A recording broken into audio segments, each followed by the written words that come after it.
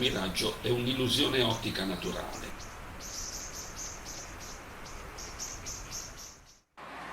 Il fenomeno ottico che vi sto per mostrare è chiamato miraggio inferiore.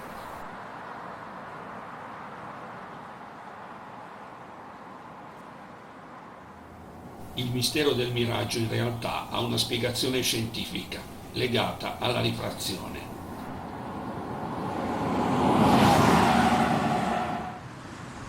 Il miraggio si verifica quando i raggi del Sole incontrano uno strato d'aria più calda rispetto agli strati sovrastanti, dove l'aria più fredda è di densità maggiore.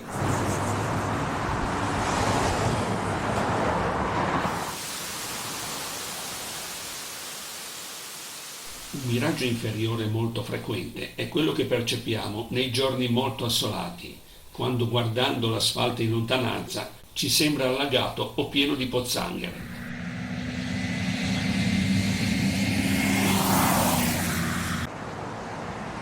Ma in realtà ciò che vediamo è l'immagine rifratta del cielo, abbassata e proiettata sull'asfalto.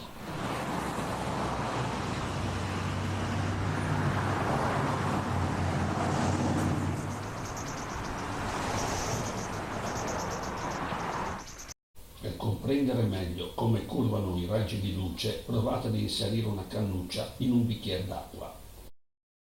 Vi sembrerà che la cannuccia curvi e si sdoppi. In realtà è la luce che curva perché l'acqua ha un indice di rifrazione maggiore dell'aria. I raggi più spettacolari sono quelli superiori, prodotti da un'inversione di temperatura all'altezza degli occhi dell'osservatore. In questo caso l'immagine viene riflessa superiormente. È possibile vedere isole che in realtà si trovano oltre l'orizzonte.